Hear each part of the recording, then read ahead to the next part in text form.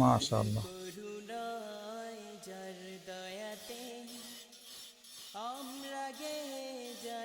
হেল্পারের কাজ দেখে মুগ্ধ না হয়ে পারার মতো না। ও এই কল লাগানো একটা জায়গা করবে, টাইলসটা না কেটে মেশিন দিয়ে সিস্টেম করে সুন্দর করে একটা ছিদ্র করে ফেলছে।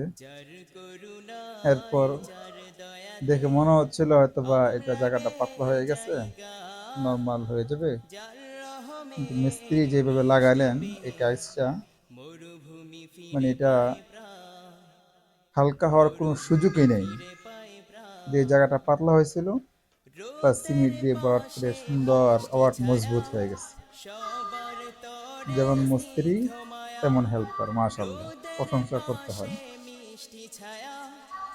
খুব মজবুত ভাবে লেগে গেল।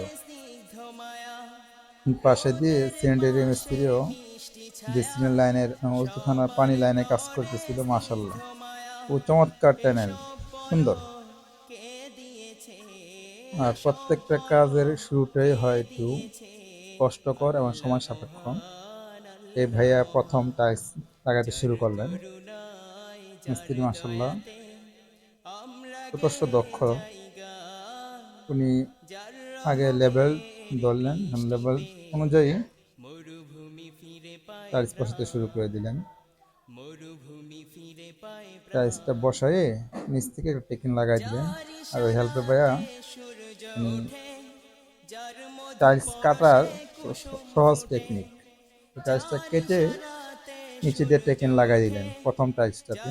প্রথম টাইলসটাই একটু ঝামেলা, প্রথমটা লাগানোর পরে পরে দেখলাম যে মোটামুটি দ্রুত লাগাই ফেলতে পারে, আর এই তো ঝামেলাও হয় না।